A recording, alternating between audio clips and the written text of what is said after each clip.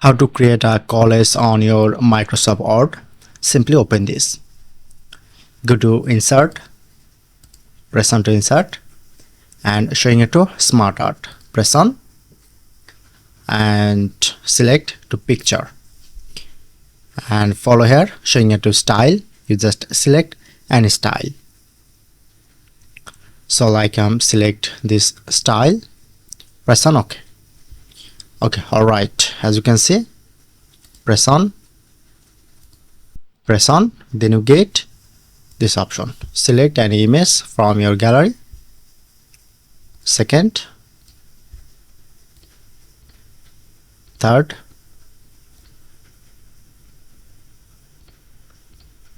okay, and write text.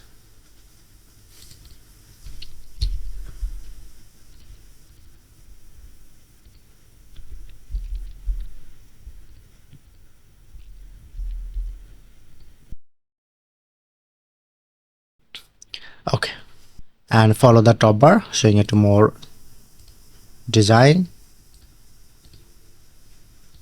to effect, select any on. Or if you want to change color, showing it to change color option, showing it to more different color, and follow this, change style.